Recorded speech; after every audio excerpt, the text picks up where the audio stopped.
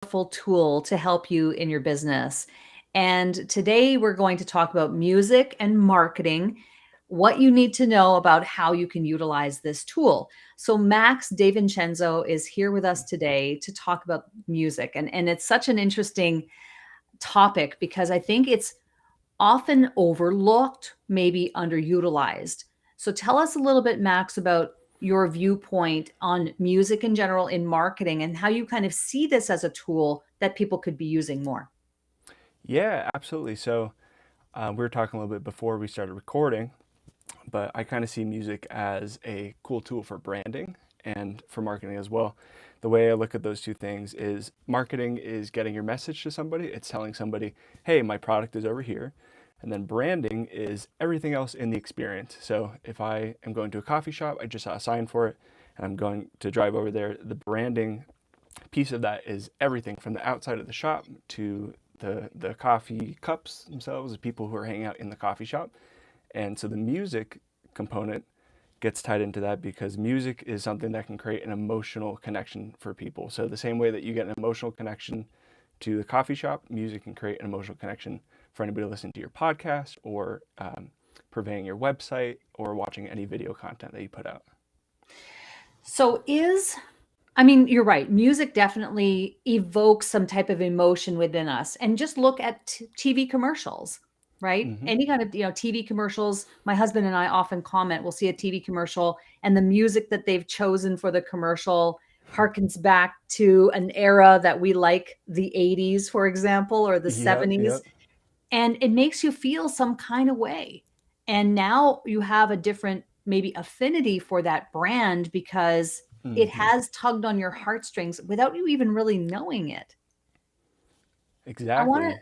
I want to just unpack that a little bit. Why Hmm. does it work so well for us Oh emotionally? man, that is such a good question, and it's really funny you're bringing this up. We were watching a documentary on the cola wars yesterday. You know, Pepsi versus Coca-Cola in the '90s, and their ads were so good. They were so intense, and they were so good at creating really intense brand image that was Pepsi is cooler than Coca-Cola, right? And so when you are doing those kind of commercials, what's really important is how the audience is relating to you and your product, and so that's all branding. And the way that music comes into play is that music is the bridge between what you're watching and what you're feeling, and that's how they use it in films. And you mentioned TV commercials, and film composers and film directors are experts at that. You're watching a movie, and maybe the scene is foreshadowing a little bit. There's a piece of music for that. Maybe the scene is supposed to be really happy. There's a piece of music for that you kind of undeniably feel something when you listen to it. And so it's kind of just a potent emotion that you can put into your digital marketing, So I guess that videos, we podcasts, anything. I guess that we then as human beings are just wired to viscerally react or have some type of a feeling about music without us even really knowing it. Maybe it has something to do with just the way that our brains are wired. Mm-hmm. But what you do now is you're creating custom music for people, whether it be for their brands and especially for their podcasts. Obviously, you're here on Cash In on Camera. This is a podcast that is done as a video and then also in an audio format. We do Mm-hmm. use a little bit of music on the audio side, but it isn't customized, admittedly. Mm-hmm. What is the It's okay. advantage of having customized music versus music that's available or like royalty free type music? Yeah, that's a great question. I compare it to stock photos in kind of sort of the same category there. You can get away with using stock photos. They will kind of describe what you're going for, but they do nothing for you in terms of your personal brand. And we know that what we're doing is very personal, especially if we're on video or if we're talking. People listen to our voice. It becomes part of our personal brand. People listen to that. And so if you can, what you want to do is use music that also reflects you and your personal brand, something that ties into who you are as a person, your mission, and what kinds of emotions you want people to feel when they're listening to your podcast. So stock music is checking the box. It's, oh, I'm filling this blank. I'm putting a picture here. I'm putting a stock photo here, but it isn't really doing anything for your brand, and especially not doing anything for what people feel when they're listening to your podcast or engaging with your brand. And that's everything that goes into branding: is what is the association, what do I want people to feel. So custom music allows you to say, oh, I want people to feel excited when the episode starts, and then maybe a little bit melancholy when it ends, right? There's these cues that you can get into, and they do the same thing in TV shows and in films. And so it's just a really cool tool to utilize in your podcast as well. So more personal to answer your More question. personal. Yeah, that's a great way of explaining it. And Hmm. it's no surprise to people who know me, and I know you're new to me and you don't know me too well yet, but we're getting to know each Hmm. other. The thing you have to know about me is I'm a huge Prince fan. Unapologetically huge Prince fan, okay? Hmm. And so I feel an affinity to his music for lots of, again, emotional reasons. I feel like Hmm. he's like the soundtrack of my life in many ways. So I don't Cool. admittedly use any music right now on the podcast from the video Hmm. side of things. And maybe there's an opportunity for me to do that. I'd love to get Hmm. your opinion on that. Would I, because I'm a big Prince fan, would I want to gravitate toward, say, Prince sounding music just because I Mm. personally have a connection to it and it means something to me? Or is Hmm. it better for me to have a different kind of music because it's, again, meant to be a branding element? Maybe it has nothing to do with Prince and doesn't sound anything like his Sure, music. sure. That's such a great question. So I think that there's two approaches to this. You can kind of approach it from the viewpoint of what do I want my patrons to feel when they're listening to music. Do I want to create music that is for them, or do I want to create music that represents me? Ideally, the person that you're attracting for your podcast is there because they like you, right? And so to answer your question, you would want to do music that is based on Prince, because even just you saying that, saying like, "Oh, I'm a Prince fan," immediately I have a little bit of information about who you are, what you like, what makes you tick, and now I have a connection. So I think that's the most important thing in marketing, is just these personal connections, because there are a million people out there, a million different businesses, and people still go through referrals because they want to know that they can trust the person that they're getting in touch with. So they'll ask a friend, and the friend will say, "Oh, you're going to want to go to this person." And as soon as they have that trust point, that connection, they go to that person rather than scouring the internet and searching for different things. And everybody comes up. It's like you have to have something that makes you stand out and best showcases who you are and the good parts of you, so that you can attract the right audience. So yeah, if I were to do music for your podcast, I think I would start with Prince. Sold. Yep. I Hmm. love that. It's wonderful. So, what are some missed opportunities when it comes to music? Hmm. Maybe, again, we've talked mostly through the lens here of podcasts, but obviously there are lots of different assets in marketing and branding that Hmm. entrepreneurs could be creating. What are some big missed opportunities where music could play into it that are just being overlooked? Yeah, two big ones came to mind. The first one is any kind of video content, because half of all video is the audio. So there's tons of opportunities there, Instagram posts, YouTube, advertising, any of that stuff. And then the other thing that I'm really curious about is using music on websites. And I've heard of people putting music in their landing page right when the person is about to hit that purchase button or that buy button, and it's just filled with confidence and swagger and all these really good feelings that you want the person to feel when they're about to commit to whatever program or product that you're selling. So I think that's another really cool missed opportunity. Plus, we have an Amazon Echo in our house that listens to everything probably, but is always talking to us. And that's an object that is 100% audio.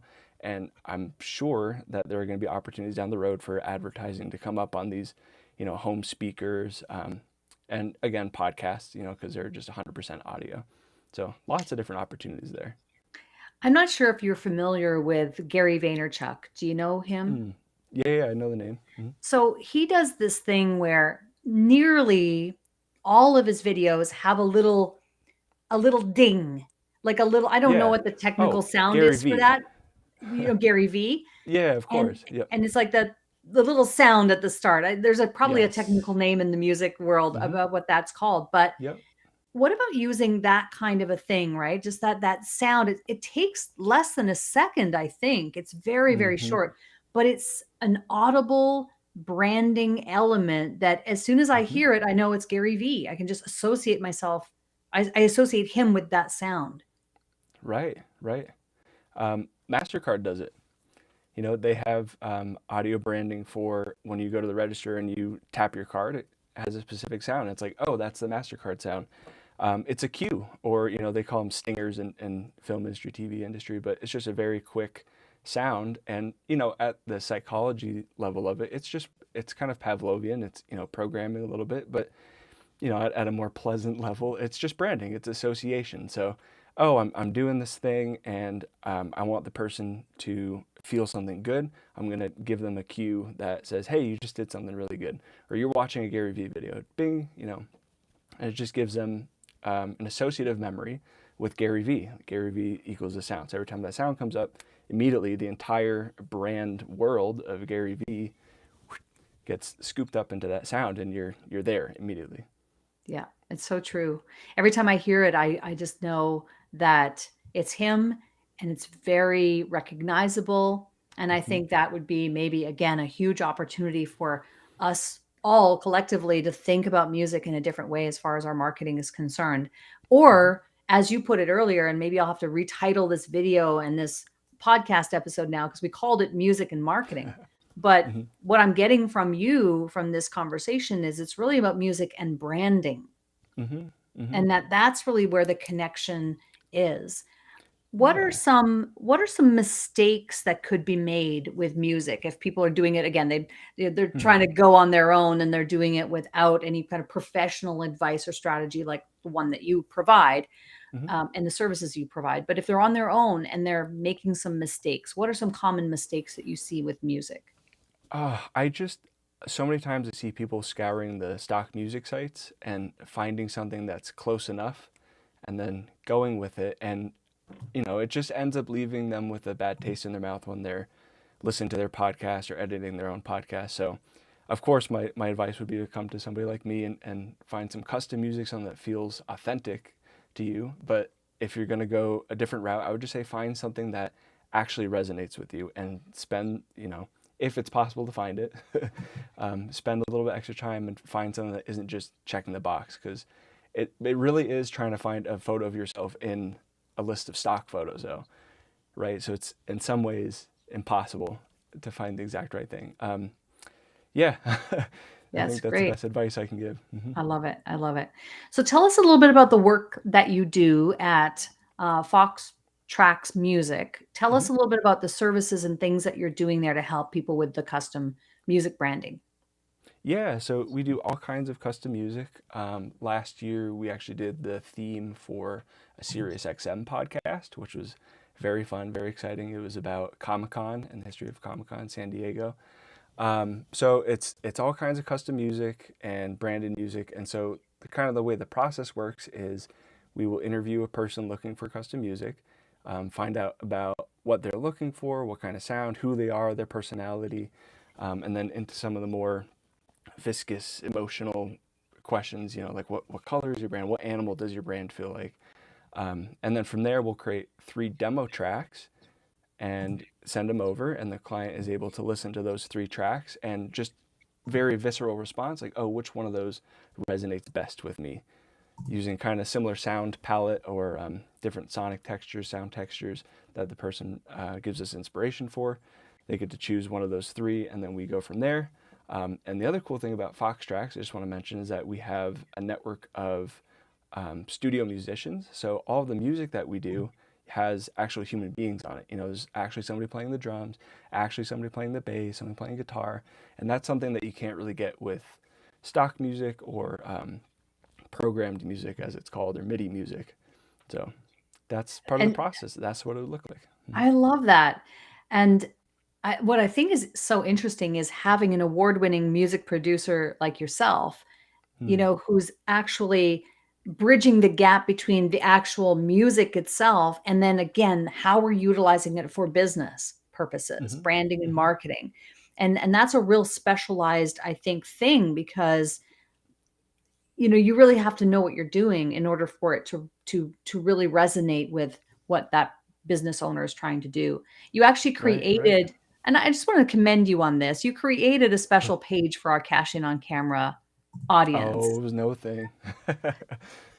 Yeah, What so tell me about that?